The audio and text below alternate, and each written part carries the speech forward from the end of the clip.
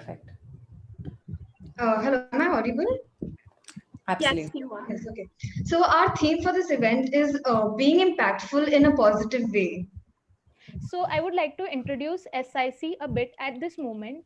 SIC is working since last 3 years, embracing all our differences and promoting accessibility across the events in the campus, especially for the people with disabilities. We are very grateful to have Miss Nidhi Goyal with us to speak on this topic. And we welcome and thank you for being with us, ma'am. Miss Nidhi lost her vision at the age of 15. Since then, she's working in the areas of sexuality, gender, health, and rights for women and girls with disabilities. She's the first blind female stand-up comedian in India. She's also the founder and director of Mumbai-based NGO Rising Flame. She has been appointed to the UN Women Executive Directories Advisory Group.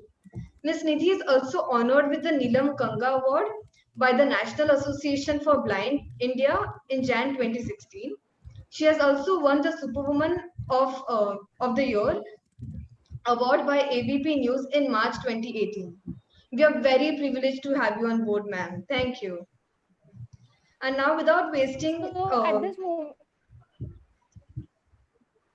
So at this moment, I would like to give some instructions. So I like we have muted all your mics, so we request you please don't try to unmute it.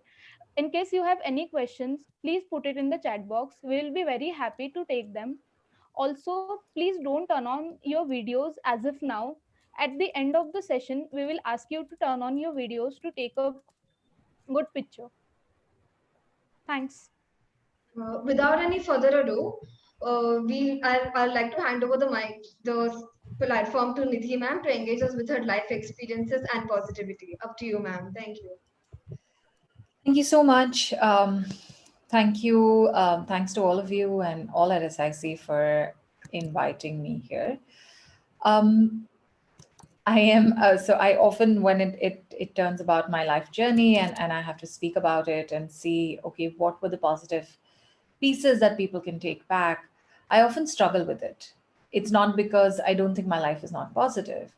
It's simply because I think I live life like anybody else would, right? I don't look at my life as, oh, I am living a life of this disabled woman. For me, I'm living my life. And like my life involves living in to be privileged enough to be living in a house, in a pakka house, so to say, in a concrete apartment in a city, like my life has the privilege of having had education for so many years, the privilege that comes with earning, having a livelihood. Similarly, my life comes with. So for me, my approach has always been to live this life. What's very interesting for me is my interactions with people. And I want to take you through my life journey with some self reflections and maybe not my life journey. I don't think I can justify, I don't think I've put my thoughts together around my life journey on a whole, but I would like to take to you through some interactions, some instances, some experiences, and some reflections that I had as I moved along and I um, tried to find my way, to find my path, to see what was my calling, to try and live life with, the ups and downs, but with a lot of fun, with a lot of engagement, with a lot of chatter, with a lot of reflection. So, anybody who knows me closely or follows my work knows that I travel a lot for work. It's almost, and I'm talking about pre corona days because now we'll have to think of what travel means now.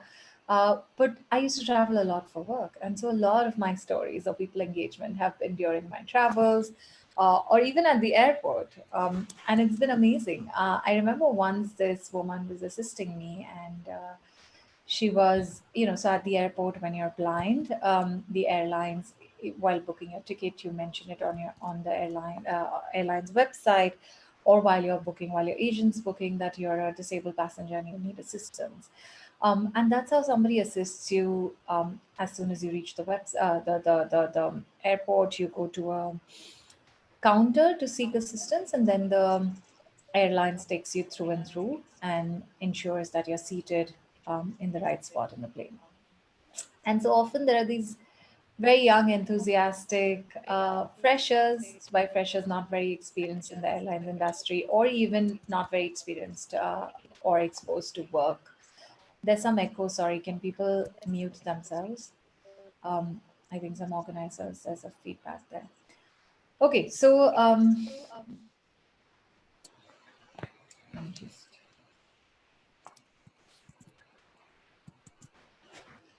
Hi. The feed.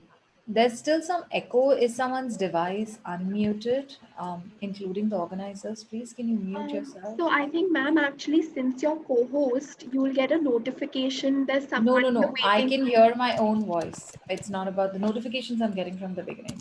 Oh, um, we've muted everyone by default. So Okay. Y'all, can y'all mute yourselves also? Maybe. sure. Yeah, that's what I was trying to say. The organizers can mute themselves as well. Okay, perfect. Yes, it's gone. Fantastic. So, I was talking about this young woman who was assisting me, and she said, "But why are you traveling alone?"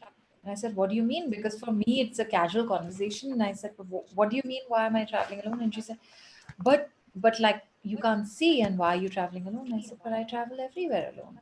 She's like, "But for work is okay, but for pleasure." I said, "First of all, I'm going for work. And do you come to the airport with somebody?" And she said, "No, no, I come by myself. I take an auto, etc." I said, "It has to be the same for me. If I have to live my life independently, it will have to be the same for me. I do not, and I cannot expect someone to assist me 24/7 unless it's something that I need as a reasonable accommodation." She was quite stumped and she said, "But I would never dare to go alone. Anyway, at night also, I don't go alone. We are women, we need to take care." And that again reflected the complexity that women with disabilities live with. You have to take care, you have to constantly take care. You live in a chatter where everybody around you says, "But you're a woman." And then everybody around you says, "You're a woman with a disability." And that's how life is different for a disabled woman from a person with a disability. It was very interesting because when I really went for work trips, apart from traveling within India, my first very, very long, fully independent or fully traveling by myself work trip was Brazil. And I straight went from a zero alone international travel to a 36-hour flight, three changeovers, two layovers, three flights, two layovers, 36 hours door to door. And I remember people in the blind community were really upset. They said, "You're trying to prove a point." And I said, "I'm not trying to prove any point." And they said, "But don't you think you're acting over smart? You're blind and then you're a woman and then you still want to travel for so far." And I said, "I'm not thinking I'm blind. I'm not thinking I'm a woman. I do have to travel far because work's calling. The thing that I have to think about is how do I then make my journey accessible? How do I then work with organizations to set reasonable accommodations for my journey, if at all there can be?" And I'll come back to that journey because that has very, very many interesting incidents. But this is the life of a disabled woman that I embraced when I was 14 or 15, and I got diagnosed with retinitis pigmentosa, an incurable, irreversible eye disorder, which is termed genetic and which would eventually render me blind. Honestly, at 14, 15, people are like, "You must have been shattered." And I want to say that I never comprehended the full impact of what it would mean. I don't think we can. If somebody tells you, "Stop eating pizza now because when you're 65, this may impact you," I don't think we fully understand. We say, "Ha ha, it may." But we don't really fully understand how our body will change at 65. Similarly, you don't fully understand. You understand what it means to live with blindness. And I had seen it really, really closely because my brother is blind as well. I'd seen his struggles, I'd seen his successes. I'd also seen, what stopped him, what drove him, etc., etc. But for me, as a 15-year-old or 14-year-old girl, it was more like, okay, but I wanted to become a portrait painter. What am I going to become now? And that question actually took me a long time to answer. I always say that, this whole thing about, oh, there is a light at the end of the tunnel, you have to keep patience. And um, I'm sure many students here are like rolling their eyes and saying, yeah, yeah, this is what elders tell us. This is what super positive people keep telling you when shit hits the fan, right? When everything around us is going wrong, people are like, oh, it's for the best. It's happening for a reason. You will emerge out of it. And so, I wanted to think the same, but I had a living example in front of me. I had a family who'd adapted to someone, a family member with living with blindness. There was a blind person in my family who had overcome all the challenges, who'd gone positive, who'd ultimately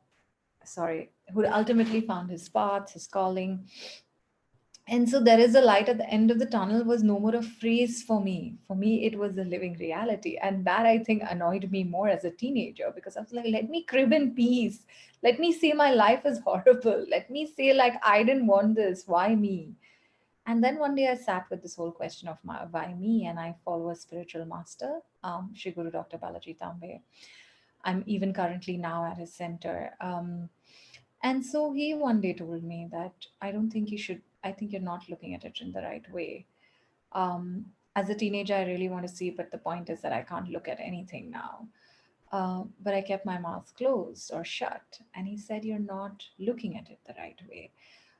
You're looking at it, why me? Why this one problem came to me? But if you start counting all the privileges that you have, and you start looking around at others who live with this and such conditions, you will understand where you stand. You will learn to be humbled by the privileges. You will learn and you will find your path. I think I heard it that time, but I didn't really listen. And I listened to it many years later after my academics, after a career in journalism. I think I heard it when I remembered these words and I said, yes, I want to do something for people like me. I wanted to battle this inaccessible infrastructure. Um, and I wanted to level the playing field. I wanted to create an enabling environment for others who may not be as privileged, who may not have this family support, who may not be urban, who may not be English speaking, or who may be urban and English speaking but may not have a job, who may have a job but may not be discriminated at home. It's privileges and marginalizations are such a big question. And so my academic journey continued, and I think adding on to the teenage years, and I keep, blaming my teenage for a lot of things or holding the teenage years very responsible because as a teenager, you're anyway very lost, right? You're feeling like the world's not with you, what is happening, and nobody understands you. And add to that a disability which you don't understand, let alone the world understanding it. Today, you could see a step, tomorrow you could miss it, but you will not know that tomorrow you're going to miss this step. I can't remember how many times walking back from the bus stop because I was losing sight and I lost it over a period of 5 to 6 years. So, all through my 11th, 12th, and undergraduation, when I was taking public transport, every time I put my foot into the train door during the rush hours at 9 a.m., hanging by 3 inches with 3 inches of contact on the handle of the compartment, or even just taking the bus back from college and walking home from the bus stop, and not having lost sight enough to carry a cane, not having full sight to understand that the scooter or the motorbike is a hair breadth away. um, I don't know how many accidents I've got myself saved from. And I think that's also I've been very lucky. For me, the step transformations happened. I remember in my FY BCom, and I took BCom by the way because I thought my school was biased, and honestly, I thought Xavier's would also be a very biased space. And then there was a huge disparity between South Bombay people and then people living in the suburbs. And I was like, I don't want to go mix with this Sobo crowd who has so much of attitude. So I lost out on doing a BA because there was distance, there was bias, there was a lot of things that I didn't know what BA entailed, right? And there was not enough time to take those decisions. I got diagnosed in my 10th standard. Anyone living in Mumbai would know that 11th is when you choose a stream. And so I was lost. I was like, no, but I need to go back to my painting and I cannot, so I can't think of any other way. And I think that's a part of my personality which I've changed, that when something hits, I can't think of alternate solutions. I think my disability has taught me that. But at that point, when I was just diagnosed at 15, I could not think of an alternative career choice. I could not assess my skills. I could not assess my capabilities. I did not have guidance enough.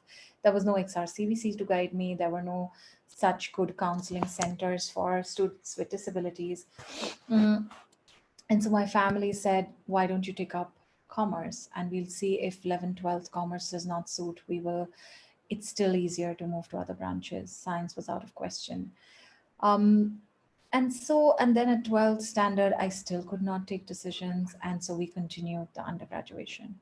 All through undergraduation, I really think I was a lost soul, or I was a soul who was very, very excited to do many, many things. So I came to Malhar, and I won writing competitions. I would write for my college magazines. I would perform in theater in intercollegiate space. But there was a dissatisfaction in FYBA when I could not finish my accounts exam. And I really remember it was a 50-mark paper. I attempted 21, I got 18, which was a pass mark. That's when I went home and I said, I need a scribe. I can't see figures anymore. I can't see numbers anymore. I cannot see the balance sheet. I don't think I can write the right numbers. And I don't want to fail my BCom. And that was it. For others, it starts from what scribe means, what it means to take a scribe, what could be the challenges, where could you find it, what are the rules around the scribe. For me, that journey was, okay, now I need to take a scribe. And I had to arrive at the decision, and the information existed with the family because of my elder brother. It doesn't diminish what you go through. It means that your family knows things. It means that you have at least the knowledge, the theoretical knowledge of what your options are or what could be your plight. As many blind students will tell you, scribe is the most painful thing that you can do. You give your exams with scribes, and every time you're before exam, a month before, everyone else is preparing, and you're like, oh my God, who's going to write my exam this time? I have just one scribe. I don't have a backup scribe. What if the scribe falls ill? And I was this very, very problematic student who really read up a lot and wanted to write a lot. And my scribes would actually bitch at me during the exams. And I again want to excuse myself for the language, but they would be swearing at me in the middle of exam saying, listen, our hands are paining. We're not going to write more. And I remember this very hilarious incident. My scribe, who became my friend later, in my TY exam, he just put his pen down and he said, this is too much. I'm not writing this. I said, please, can you please continue? I know your hand's paining. And he's like, no, I think you're writing bullshit. And so he stopped and he said, I think your answers are all rubbish. And I said, I don't really care. They're my answers. You pick up the pen and write whatever vomit or puke I'm asking you to, because you are a scribe and that's your role right now. You're not a teacher. I can laugh about it now, right? But you imagine it's your university final exams and somebody sits like that. The other students don't go through this additional barrier. I still don't see it as something big that I went through, because that day I'd visited my good luck charm. I was very superstitious. I wore these t-shirts which were of good luck. I had these places that I visited before exam because I thought those were very superstitiously good luck for me. And so I had done some morale boosting. So I was like, this will pass, this will pass. I'll be able to manage the scribe. What I'm trying to tell you is that with a disability, you have different experiences. The complexity may get heightened. But for me, it was also that I didn't stop being myself. I still had that stupid superstition of wearing those two kurtas to exam every day. I still remained the enthusiastic child, or the typical teenager who felt bad if they got rejected out of a drama group, right? So I don't think those things changed for me. What changed were all people's reactions. I was very fortunate to have a very, very sturdy group of friends. What that meant, I thought I was too obese, and I thought, there were no girl clothing for me. So, and I anyway love a lot of men's t-shirts. I literally 10 minutes before this webinar changed out of a old man's t-shirt, right? And I remember I used to wear these my brother's t-shirts, and I loved these sports watches, and I wore those and went to college. And I loved that sports watch so much that I wore it on salwar kurta, I wore it on Indian wear, everything, right? And so, of course, my friends were really, really pissed at me, and they all took me a girl shopping session. And I said, girls' clothes don't suit me, accessories don't suit me. And if anybody who can see goes and Googles my images, I don't think you'll find, I mean, most images would be with huge accessories, right? But I had these ideas. I had all the uncertainties that teenagers had, along with a dash of uncertainty or a huge burden of uncertainty that my blindness brought. And just imagine, we are all at this age where we see and everyone's falling in love and having crushes. And I'm like, I have a crush, but I don't know if they'll consider me even back as a crush, right? And then I was like, but I have a crush, but I can't look into their eyes. I don't know how I'm going to communicate I have a crush, right? And so popular imagery really gripped me when I was growing up. But anyway, life moved on and I kept learning as I moved on. But here I'd like to come in with two specific short stories, after which I will pause and I'll appreciate some questions because I speak better when I have questions asked to me around my life journey. Um, I wanted to pursue higher education, right? I got selected in UK's best universities for creative writing for a master's because I'd realized by the time I'd finished graduation that the artist in me was coming out in some way, was channelizing in some way. It was not portrait painting, it was not a brush, it was a pen or metaphor, using pen as a metaphor, it was a keyboard. Um, but I paused and I said, but what's the payback that I have in creative writing? I paused and I said, do I have enough experience to get a scholarship? And all the answers were no. And so I dropped the idea of going abroad at that point. Had I earned and saved enough to go abroad? No. Would it be a further additional expense to my family? The answer was yes. Can I promise at this point that I would be able to pay them back? The answer was no. So, after such internal discussions and conversations with my family and my readiness to live independently or not, with all of that going on, I decided that I would not. I would do something in India, which sort of helped me channelize and professionalize my creativity and not just leave it as a raw form of art. And so I went to join a mass comm course, and XIC was one of my options, but XIC has individual courses. So you can either do journalism, or you can do broadcast, or you can do television, radio. Um, for me, I wanted comprehensive course, which gave me a peep or a snapshot or a deep dive into all forms of media, right? And so I joined this particular course in Mumbai and I went to apply and I went to check. It was again 30 kilometers from my house. And so I thought maybe it'll be a great idea to find out if they can allow me to be in a hostel. So I went to the department, I spoke to them. Um, the first response that I got is that how are you going to do a post graduation in communications and media? I said, how? The way everybody else does. They said, oh, there are long hours involved. I said, yeah, yeah. XIC asked me the same question, that there are evening classes and long hours, and I don't think that's a problem. I mean, other than I do not care about late nights in Mumbai, and I think we're fortunate to be in one of the safer cities in India. I come from a family which never had a problem with women being out. So late nights was the least of my concern, right? And long hours were definitely not, because I wasn't shying away from hard work. Um, the next was, but nobody's here to take your burden. Everybody, it's a very competitive course, and nobody's here to take your burden. And all this conversation's happening while I'm going to fill the form for the entrance exam. So, folks, I haven't reached the entrance exam. I haven't finished the group discussion and the personal interview. I haven't been selected. This is not a conversation later. This is already happening at the time of application. And many people, for many, many disabled students, this will resonate in their lives. And so for me, it was going back and forth around what you mean by a burden. What do you think in me is a burden? And it was very clear that they're referring to the site. They did not know me. They did not know my credentials. They did not know my passion. I wasn't tested. I wasn't asked. What I was judged. And I think that continues through the lives of people with disabilities. You're judged in every arena, be it education, be it employment, be it office spaces, be it colleagues, be it friends, be it family, be it partners, everywhere. The first thing is that you're judged. And I'm talking about majority. I'm not saying in every aspect everyone gets judged. It's again um, whether we have that privilege, what kind of people we meet, etc., etc. But judgment becomes a part of life. Um, and so there was a huge judgment on me. Because of the judgment, there was a barrier.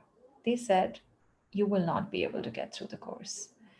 And I said, "Well, how do you know this?" They said, "Tell us, how would you do all of this?" And I said, "But I don't think any student that's applying would know how are they going to make a broadcast story or a broadcast journalism story. I don't think they know how to make a PR campaign, public relations campaign. If they knew all that, honestly, nobody would join a course." So my answer was that I don't know, but we will find out. And I think that's been my approach going forward as well. How would you travel to Brazil? I don't know. I will find out. I will do what I can. I will prepare as much as I can, but I will keep my wits, my presence of mind, my sense, my calmness, a little bit of my patience. I don't have too much to begin with, um, and my guts with me. And I will figure out on the way how to do this. I think that attitude has helped me take up jobs. That attitude has helped me say yes to traveling jobs. That attitude has helped me start my own organization. Because people are like, "Oh, where will you find a team?" I'm like, "Oh, we will. It's fine." "What would you do in this organization?" I said, I have thoughts, ideas, vision. "But what will you do?" "We'll see. I'll find a way." "But what would you run as program? Where would you get the funding?" I said, "Let's start. We'll see. I have plans. I have networks." I don't necessarily mean that this attitude replaces planning or this attitude replaces hard work. Hard work, preparation, planning is always there. Courage has been there. And I won't say it's always, because it comes in and out. We're all human beings, right? There have been moments where I've cracked down and I've said, "I don't know if this is possible." There have been moments where I said, "Now this week looks really bad. I don't think I'm in the right frame of mind." In personal or professional spaces, I've said that. I said, "I cannot deal with this. I will either circle back to it or I will choose not to engage with it." So courage doesn't always remain. Courage abandoned me when I started my activism after my journalism, after basically making it to the top of the journalism course, where they did not to the top of the social communications media course, where they even did not want to admit me, where I became the topic of gossip, where hostility from students, um, microscopic observations from professors continued. um, I think what really, courage did not stand with me through that year, or it did, but I did seek out external support. I've learned in my journey that I'm not embarrassed to say, "This is tough. Can you support me?" Right? I don't see as a point of helplessness. The problem is that the minute somebody seeks help or assistance, we suddenly create these layers. We create these layers of superiority and inferiority. So immediately, when you have to assist someone, you feel like, "Oh, I'm better than this person." And this is what happens. And this is how routinely disabled people are infantilized. And I'll give you an example. One of my crushes got married, and his wife basically, I don't know if she knew about it or not. And I say one of my crushes, and you can underline that because, like everybody else, I've had many crushes. And the wife, after their marriage, we went to for tea or something, I can't remember. And she came and she pulled my cheeks and she served me an extra samosa and she said, "Oh, she's my favorite," with a lot of infantilization, with a lot of thing that you're disabled, hence you're childlike, and you're not a threat to me. I mean, I shouldn't be a threat to anybody, but you're basically not counted. And the Ma'am, can problem I comes disturb you from, for a second here? yes, yes. I'm sorry, but I can't see your forehead. So can you please adjust your camera? Um, Better? Yes, yes, better, better. No, no, I still can't see it. I'm sorry. Sorry. This is better? I can see it when you're adjusting, but not. Yes, yes. Now I can see it. 1 second, I'm putting my laptop down. This is better? Yes, This is yes. okay? Thank you so Okay, much. perfect. Thank I'm you. sorry. No, no, thank you so much. So here is when, because I needed some assistance to figure a plate out in her home, suddenly I became this child, right? Because our idea around assistance is that only children need assistance. Our idea is not of interdependence. Our idea is of independence, which is completely misplaced, because everybody in this world is interdependent. Do you grow your own crops? Do you not everyone even cleans their own house, or they don't even clean their own utensils, or they may be seeking help. Do you drive your own bus? You just need assistance. The whole world lives interdependently, but this pressure of independence is continuously on disabled people. The minute you seek assistance, that assistance makes you lesser, and people view you as lesser. And that's what I have learned. I've learned that it does not make me less. It's very important to learn that, because then we really can live interdependently in society. We do not, as disabled people, also become extremely selfish, saying, you just keep helping me because I can't be of any help to you. That's selfishness. Or it can't be like, I'm a burden to you. I'm so sorry. Can you please help me? I'm really a burden to you. Can you please help me? I'm so sorry. You don't kill yourself thinking you're a burden. I think interdependence brings that harmony in society. And that's what I've learned in my journey. I'm going to pause here actually. Um, I will just say a last couple of lines and pause, saying it's been a really valuable journey with many, many lessons. I can't say I've learned it all, because I still learn and I continue to grow. For me, when I today travel, when I sit on so many boards and advisories, when I'm the board president of a women's rights organization globally, I'm sort of sitting on the civil society advisory group of UN Women in New York. I work closely with the Dutch ministry. I run my own NGO in India. I work and consult with many national and global disability rights and human rights organizations. And when I go up on stage as an artist, in every aspect, I think my learning continues. My humility grows. I know that how much I don't know yet. I know that there is such diversity that I still have to learn about. It's not just disability, it's not just class, it's not just caste. There is just so much diversity in the country and in the world. And I think each time I take a different step, each time I travel, each time I perform, each time I train, I come back with a lot of gratitude to say that this is amazing.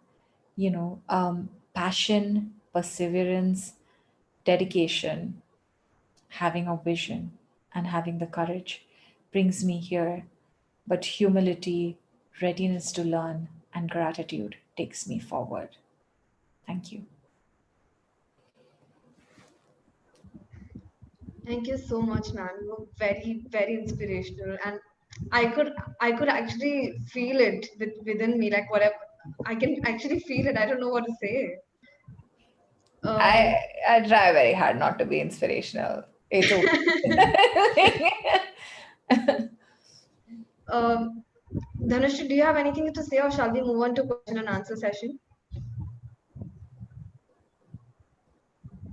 I think your mic is on mute. I can't hear you, Dhanashri.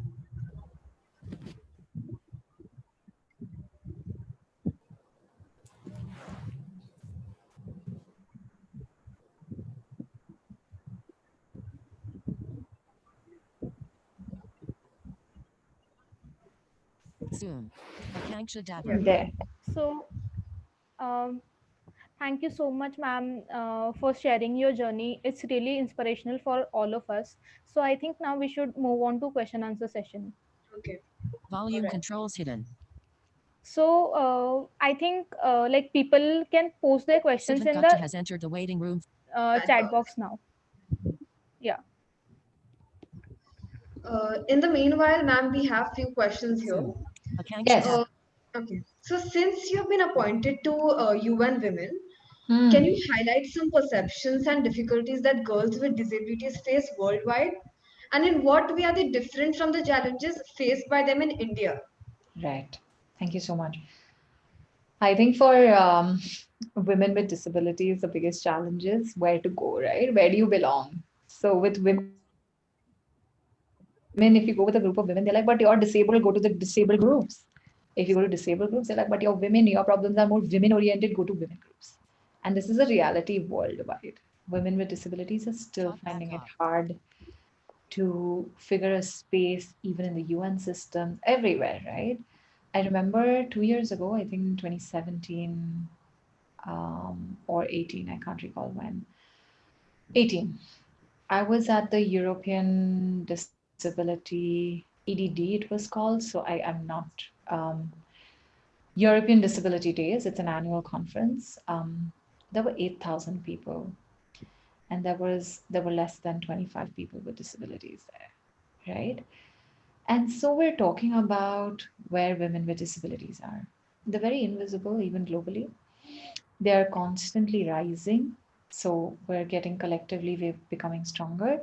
But I think this whole idea of, Arey, but if you live in America, no, all these challenges don't happen. Different challenges happen. The areas where it's different is that education's accessible. And that makes a huge difference. Let me not belittle that, right? I'm not trying to belittle that. Education becomes way accessible, infrastructure becomes way accessible. But if you think everything changes, right? Like you will never have to negotiate this whole burden of care kind of conversation, if you'll never have to struggle for assistance. Um, I think it's marginally better, but people are people. If you think you'll never have to struggle for employment, I don't think that's the truth. And I still remember my brother did his MBA from Wharton Business School in Philadelphia, UPenn. And after that, he may not have faced 120% of the challenges that he faced after his first MBA at NMIMS in Mumbai, but he did face challenges in employment. So that it depends in which sector you are, what you want to do, where you're placed, many various things. But women with disabilities are still sitting between the cracks. They still have to say, oh, we belong to the women's groups. We also belong to disabled people's groups. It's very often you'll see in disabled communities also, if you start talking too much of gender work, they're like, Are, ye to mahila mukti hai. And I've been labeled despite my so many years of work. Last year, there was an accessibility conference by Microsoft and National Association for the Deaf. I got invited to present a gender disability technology lens over there. And I got a very last minute invitation. So there was one of the key consultants who was helping National Association for the Deaf to put this whole agenda together. He and I spoke the day before, and I was like, why is there so much confusion? Why was I invited a week before? What is this all last minute putting conferences together? And he said, oh, no, no, I didn't even invite you. Of course, this was a man with a disability. He said, I didn't even invite you. The other woman suggested your name. I said, thank you for being so honest. And of course, then he went on being a man and hoping that it's okay to say anything. He said, you're all Mahila Mukti. I don't even know what you're going to come and present. And of course, I presented. And of course, there were points. But this is the attitude that we're still sort of battling with. I see. I mean, isn't this sort of disturbing? Like, when, what is your problem? I mean, like, let me You learn to negotiate the disturbances. be. I think as an I think it's worked out for me very well as an activist and a comedian, because I either get to be angry about things as a professional piece as an activist, or then I get to laugh at people and crack jokes from them as a comedian. So I win on both Both sides. the sides. Absolutely.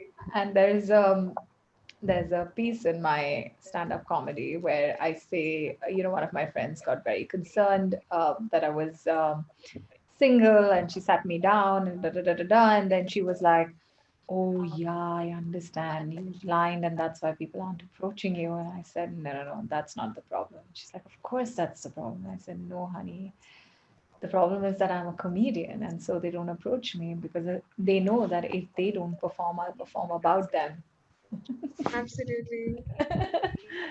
Yeah. Okay, ma'am, we have another question from Rebecca. She says, could you tell us more about your stand-up journey and experiences? Right. Um, so my journey has been, so my stand-up comedy is very issue-based, right? It's not, right. Kritika, can you mute yourself? Keep muting when you're not asking questions so that the echo starts Ma'am, again. I Yeah. think that's Dhanashri. I've told her to mute. Huh. Okay. So, my stand-up comedy journey was very interesting because it wasn't really, I didn't go with the whole idea of stand-up. I used to always crack jokes. I mean, this was not an outlook that I've developed after I became an activist, after I became a comedian. I think for me, since childhood, I either had a wit or I had anger. And many people will say, oh, so you need to go to therapy. But I think that was the way I coped or I reacted to the world, right? So I always got angry on injustice. And I always laughed on like obvious, like maybe pointing at the elephant in the room was my specialty as a child. Also, I made many people uncomfortable. And I was like, just point at it. You all are talking about it and beating around the bush. Let's just point it and get it done with. Or let's wrap it in humor and put it back because you're talking ridiculous stuff. So I think it's been more a personality thing. And then a senior feminist and colleague, and I was sitting with her and cracking some jokes like that. And she was like, hey, I'm performing. Why don't you perform with me? 10 minutes. Of course, I did a 20 minutes performance instead of 10 minutes. And then just the whole impact it had, and people came to me and said we were laughing and cringing at the same time, or it made us really think. And I was very clear that I would definitely have issue based comedy, um, and some more humor. So I'm not like, oh, in life I will never do anything other than issue based comedy, but the issue based comedy will not go away because it's a narrative comedy, right? It's about my life, and as I said, my life, along with being urban and everything, is also life of a woman with a disability. So yeah. All right, thank Anyway, you. I've performed in many countries. It's not easy. Netherlands was my best country to perform. And it's very interesting because corporates give you a brief saying no dirty jokes, quote Hmm. unquote, and I'm like, is holding hands dirty? And they're like, try to Landscape. not have all of this. And I went to Netherlands, and I still remember, and I was performing at a government event because I'm on their advisory board, and so we were putting an event together, and they said, "But we'd really love for you to perform." And sorry, I was performing, and I said, "Is there a brief?" And they said, "The dirtier, the better." So true. So yeah. All right, I think Dhanashri will take the next Thank you so question. much for answering, ma'am. So I have another question for you. You can hear me, right? Yes, Yes, yes. absolutely.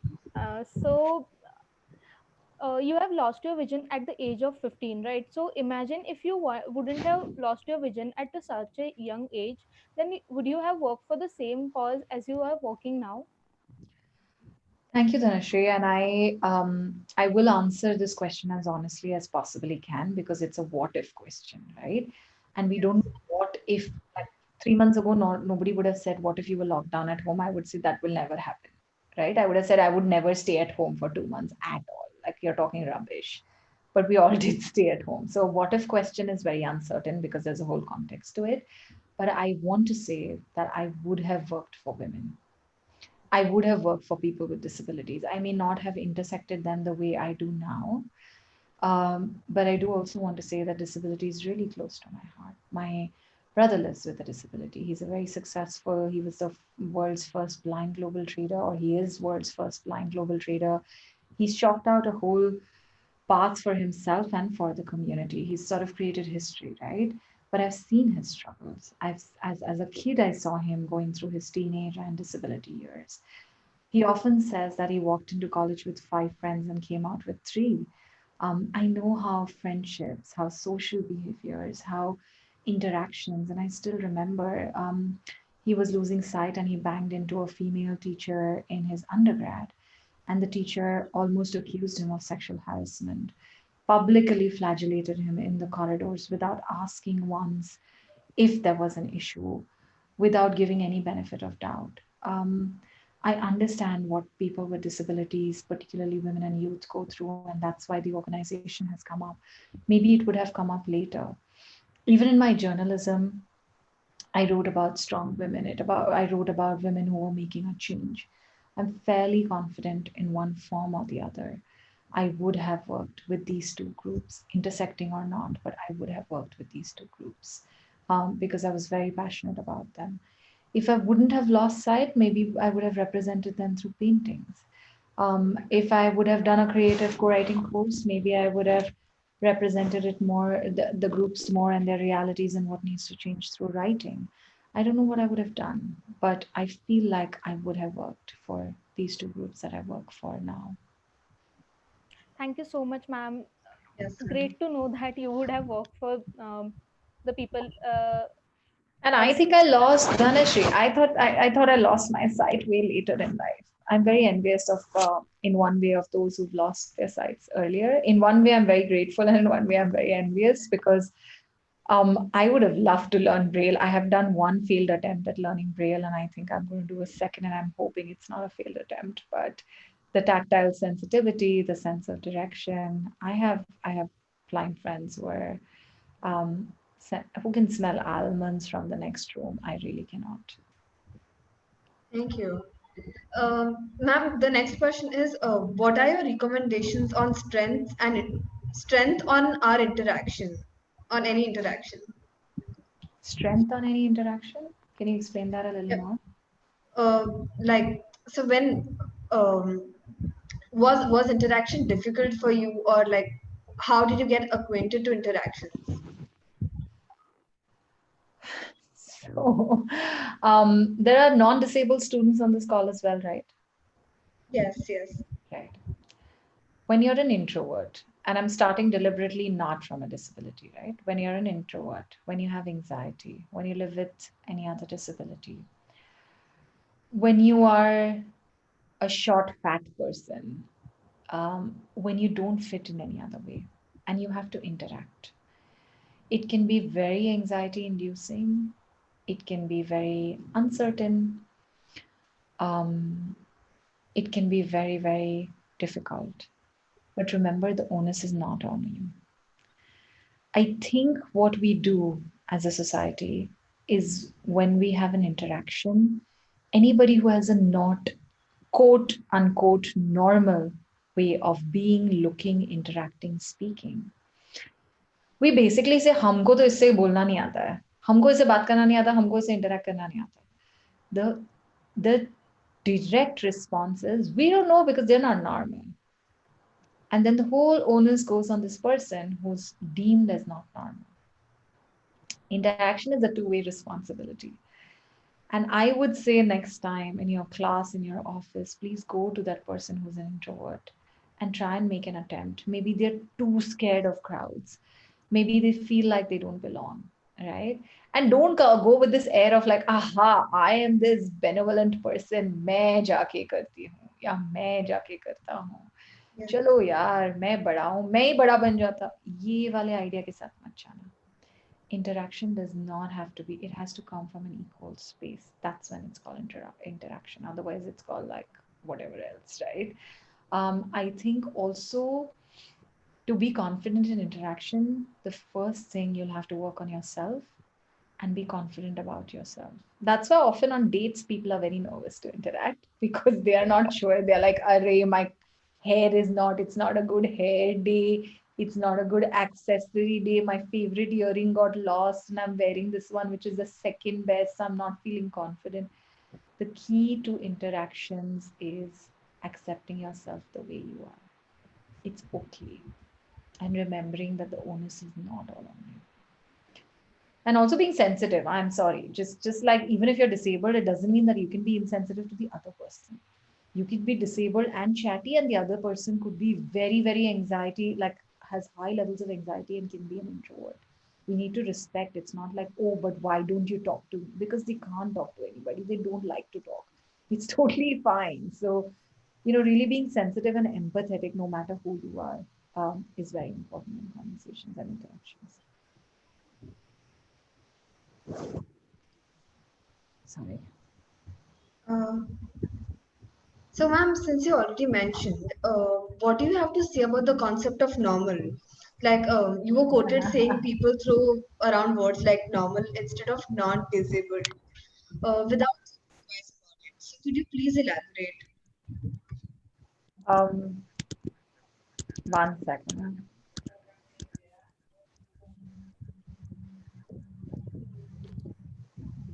Sorry, I've just stopped my video for a couple of minutes. So, Audio current um, so gallery for view. me, okay, let's put it this way, right? People who don't have language can call anybody anything, but language is very linked to our thought. And I think that's my problem. So, unlike, I'm going to give you a non activisty answer, okay? As an activist, I would say it's not allowed. Like, किसी को अंधा बोलना नहीं चाहिए. Hmm? दृष्टि बाधित बोलो. The problem is that people who don't have the language, right? If they say ये देख नहीं सकता अंधा है, this is fine. This is fine for me. The problem is that we have started using disability words as abuses. ए बहरा है इधर आ अंधा है क्या? This is my problem, right? I am happy as an activist to give that level of leeway to people who don't have that vocabulary, right? The problem is the disgust and the inferiority and the problematic and the abuse and the discrimination that's associated with words. And so to shift a perspective, tell me, why is it disabled and normal? What do you mean by normal? I don't think I'm normal, but that's got to do nothing with my disability. My mother tells me 10 times a day, तू तो अलग ही है कुछ. तेरा तो अजीब ही कुछ चलता रहता है. But that's nothing to do with my blindness. That's to do with my approach in life. I tell this to 4 of my friends that's nothing to do whether they're disabled or not. My question is, what's normal? Majority is normal? Sure. But what happens when you're in a room with 100 disabled people and 5 non-disabled people? Who becomes the normal then? Instead of saying normal, I could tell you, when you're from a non-disabled lens, you can call me, oh, we are normal and you're disabled. But I could be in a room full or a world full of disabled people and say, we are disabled, you're non-disabled. It's the lens and it's the idea and it's the way you look at things. And I think that's really important. And that is what helps us understand what enabling environment means, or why is it important to work on, an inclusive world. It's important to work on an inclusive world is because, excuse me, sorry, it's raining where I am, so it's just the weather's not great. Anyway, so when we say we want to work on an inclusive world, and I give this example very often. If this conversation, if this was a safe world, healthy world, and we were having this conversation on the 45th floor of a tower, and I want people to actually respond, okay? And there was no elevator, who would have come to attend my lecture? And I want people to write in the chat box, I would have come, with all honesty, if they would have come. I'm going to give 10 seconds. 45th floor, no elevator, no helicopter landing also, if you're thinking that. Would the organizers have come? Yeah, ma'am. I Will don't someone? think so, ma'am. Huh? I don't think so. Organizers would be also came. I wouldn't have come. That's a different Yeah. thing. Yeah. Now, what is the elevator for us? It's a necessity for non-disabled students or non-locomotor disability, people who don't have any kind of locomotor disability. So we can be blind, we have no issues in talking, right? No, or we are non-disabled completely. We would have not come because elevator for us has become a daily part of our lives. We do not climb mountains. We do not, mountains is not the right thing, but we do not climb higher stories. We need the elevator to do certain things. That's considered as normal. But if there are 4 steps and somebody says, these are 4 steps, I need a ramp, we say now she needs too much. Huh? We have to give additional things now. And this whole idea of what majority needs is okay and what everybody else needs is additional and a burden is the problem in our lens. And that's the lens we try to shift. Uh, Thank you Ma'am, so could much, you ma'am. please? Yeah, Thank you Dhanashri, so much, go ahead. ma'am, for clarifying on this topic.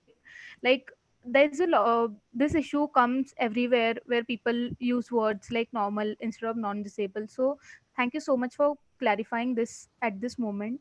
So, I would like to take up a next question. So, Hmm.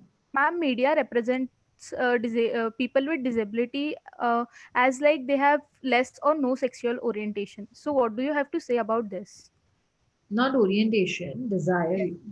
Maybe sexually active or more Correct? inclined towards sex. Correct, correct, correct. That's what I'm saying. So, sexual orientation तक तो बात ही नहीं जाती है because we don't think disabled people have sexuality at all, right? But not even sex, just romance, desire, anything, right? And so, Ma'am, I'm it, sorry. Could you please speak a bit louder? We cannot is hear this you. better? Is this No, a better? bit louder. Okay. Something happened to my mic. I don't know what.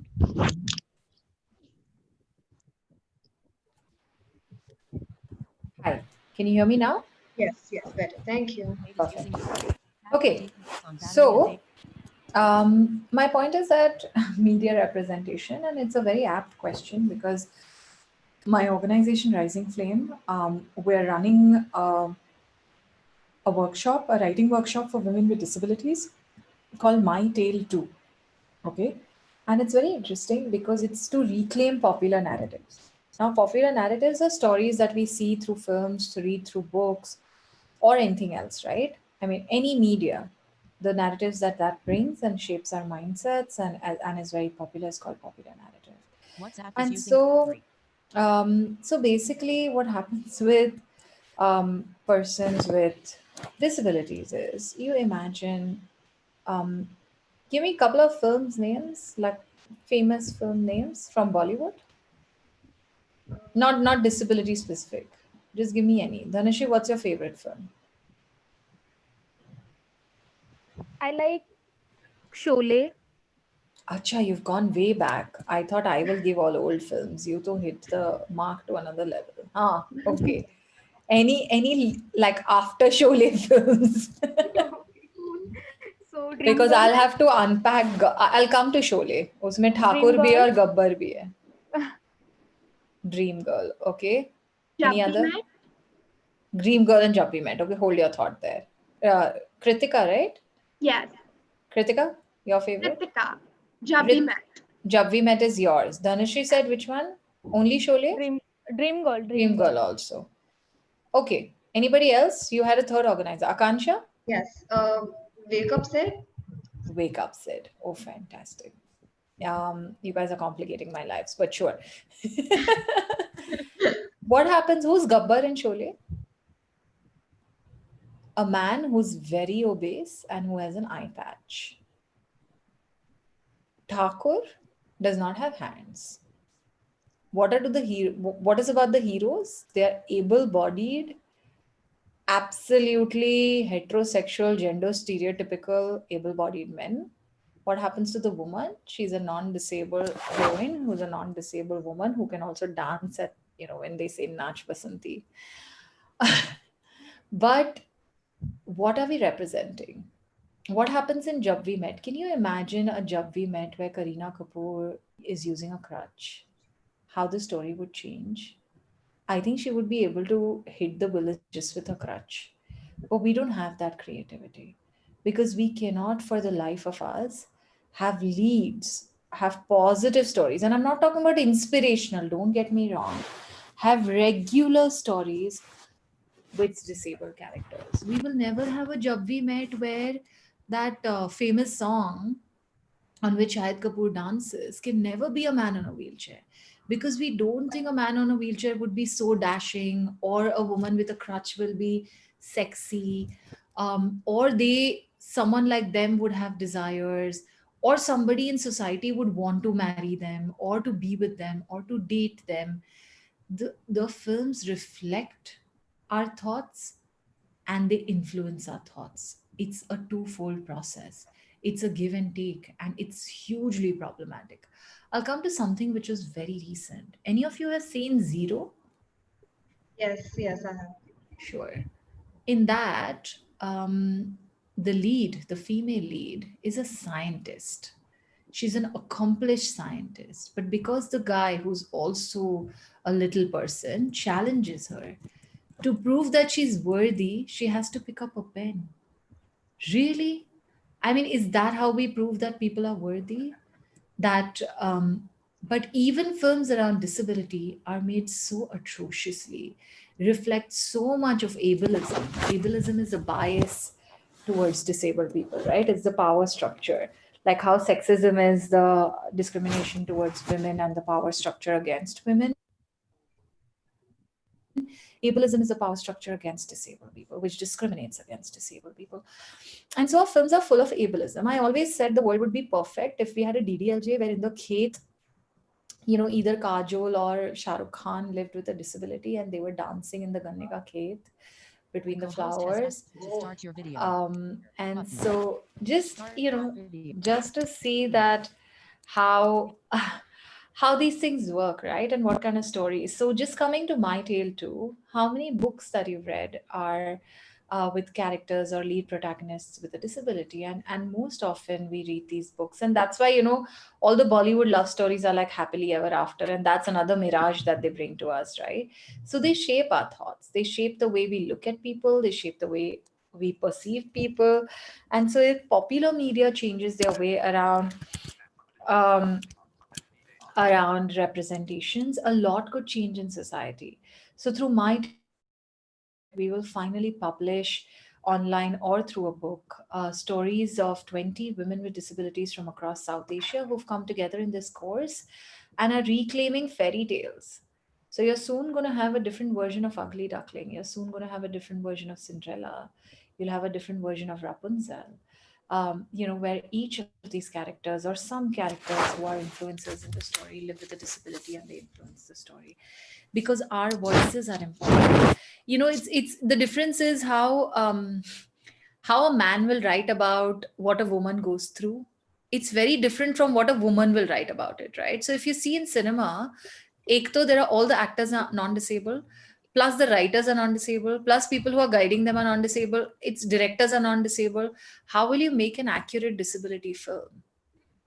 How will you make a narrative which is our voice? So, as a disabled person, I want to say it's so hilarious when somebody comes to me at the airport and suddenly says, "Madam, you're so inspiring," and I'm like, "But you haven't met me at all. How do you know I'm inspiring, right?" But I will probably represent this in a film in a very funny way. Somebody else will represent it with like a trumpet music, saying, "Oh my God, look at this disabled woman. She's entering, and people are finding her awe-inspiring," and shit like that. Sorry.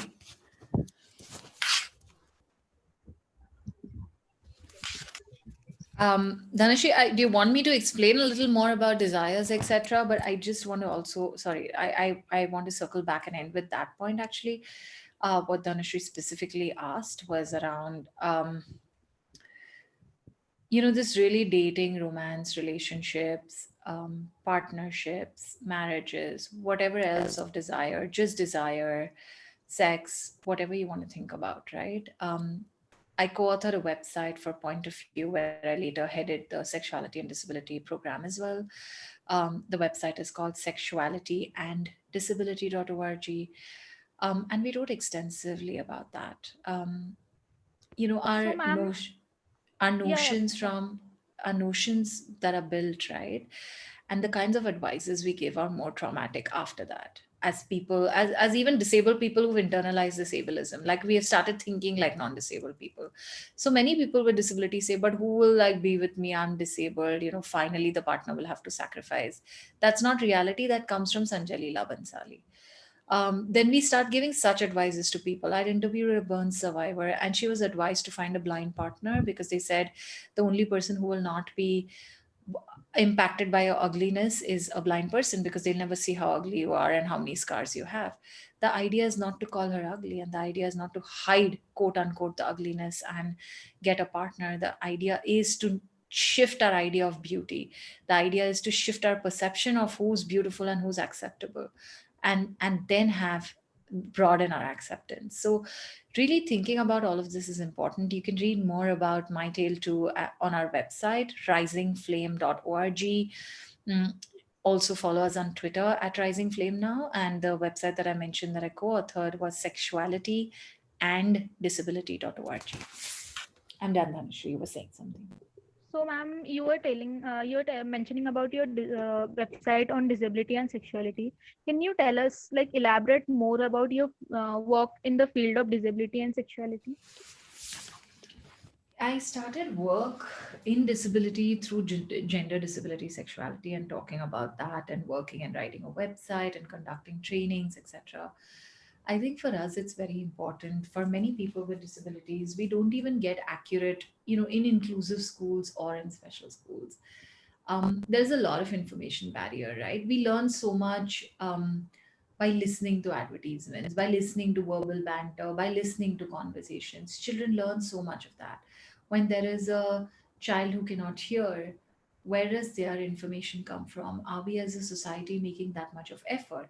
If there's a child who's blind, where how do they learn about not just their body but the bodies of other people, right, of a different sex, of a different uh, yeah, just how do we access diagrams in biology, thinking about body, access to information around body and physical changes, talking about desire, busting some myths around sexuality, um, thinking through what relationship really means, and not just, oh, am I compromising, are they compromising, how can I be independent, will I be a good partner, will I be a good mother, why should I even have a child, should I adopt, can I be allowed, will my in-laws torture me, is my partner allowed to hit me because I'm disabled, so sometimes they get angry.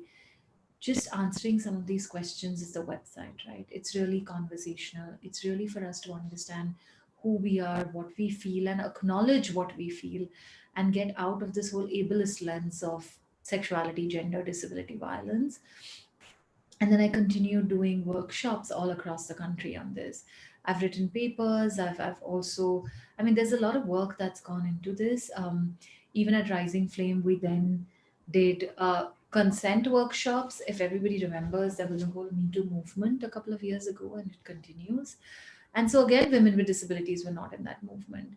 But then we realize how many of us, as youth with disabilities, have had this as youth in general, and then with disabilities, have had this conversation on consent. What is consent, right? When I have to hold your hand to cross the road, what does consent look like? When I'm your friend and then I have romantic ideas about you, what does consent look like? If you're someone who's assisting me, or you're someone who needs my assistance and you have sexual desires towards me, what would consent look like? We don't have these complicated conversations, and Bollywood teaches us hasi to fasi, ha mein na mein ha hai. All of this problematic idea comes from popular culture. So a lot of our sexuality gets shaped through there. So a lot of my work revolved around getting these ideas right, helping people extricate internalized ableism. And just one example with which I will end, in all my trainings, when I ask people what kind of partners would you like to have, or what kind of dating would you like to do, who would you like to date, or who could be your boyfriend, girlfriend, slash others, who would you want to marry? They would not give a list of attributes. They would just say disabled, non-disabled, other disability. Like blind would say blind, non-blind, other disability. Blind, non-disabled, other disability. And I was like, where does this come from? Where is this conversation coming from, and where is it going to? But that's the kind of conversation that surrounds us, saying, Acha, you're blind, don't marry blind now, because like who will help you? Or you're blind, be with blind only because they will understand. But what is all this? This is like telling a woman, it's really controlling the sexuality like women's sexualities and desires got controlled decades ago. So a lot of my work came from there. Of course, at Rising Flame, we've expanded. We have leadership programs, and I think sexuality really is a big part of self. And I told you, even in interactions, till you're not sure of yourself and confident about yourself, it's just life is a very difficult space to be. So, working on the self, sexuality is a part of it. Working on being a self advocate, leadership is a part of it. So, everything is linked. And I think those linkages is something we need to highlight more. Thank you so much, ma'am. It is really inspiring to us, and it's very touching to listen to you.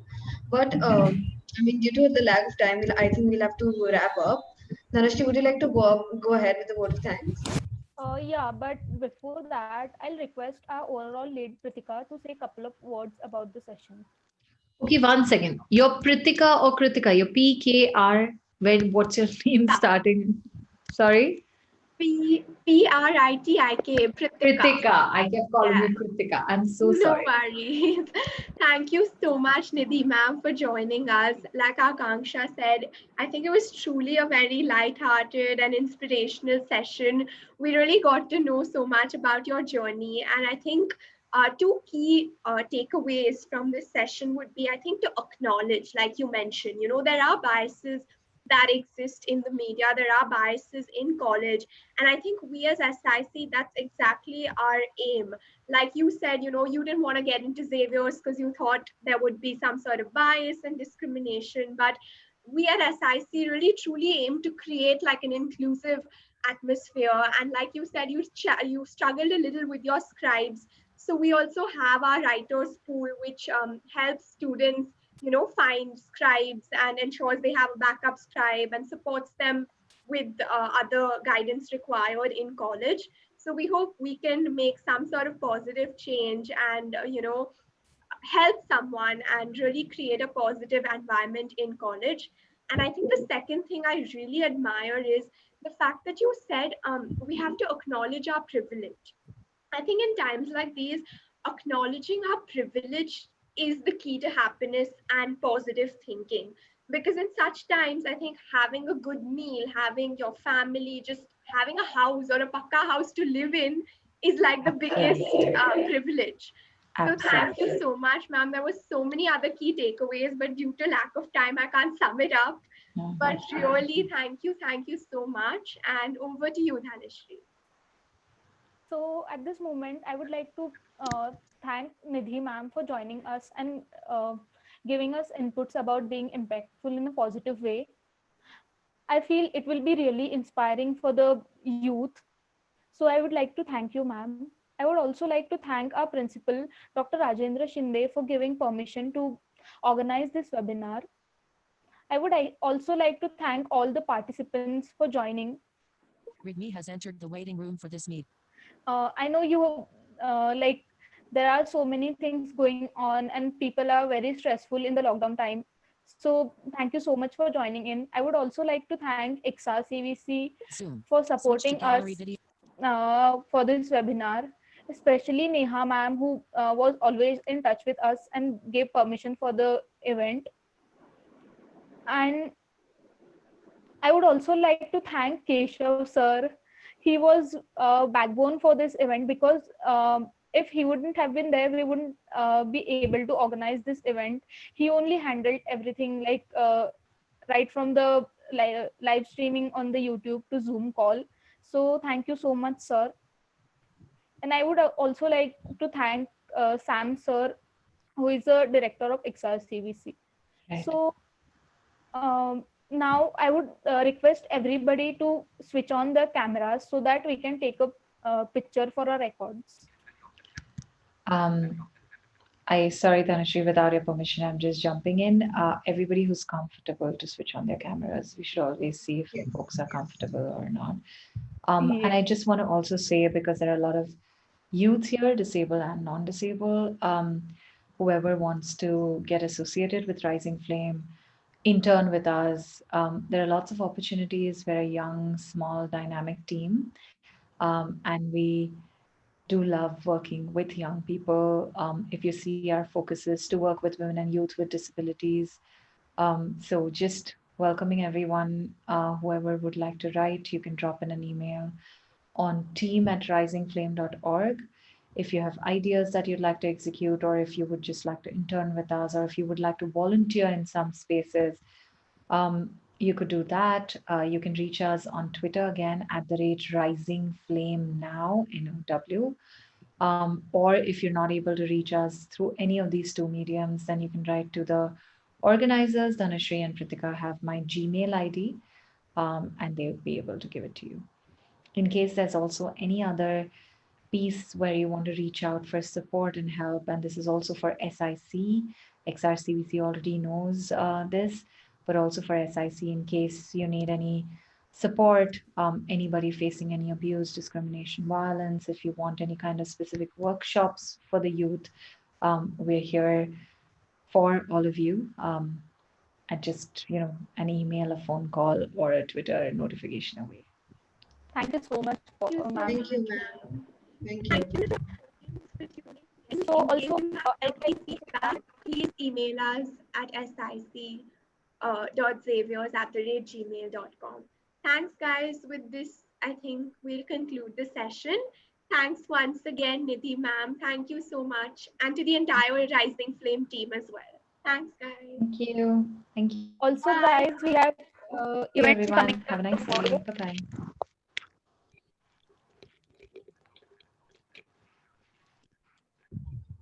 Okay, I think what Dhanashri wanted to say was we have another event tomorrow as well. So please do join in. And yeah, thank you so much.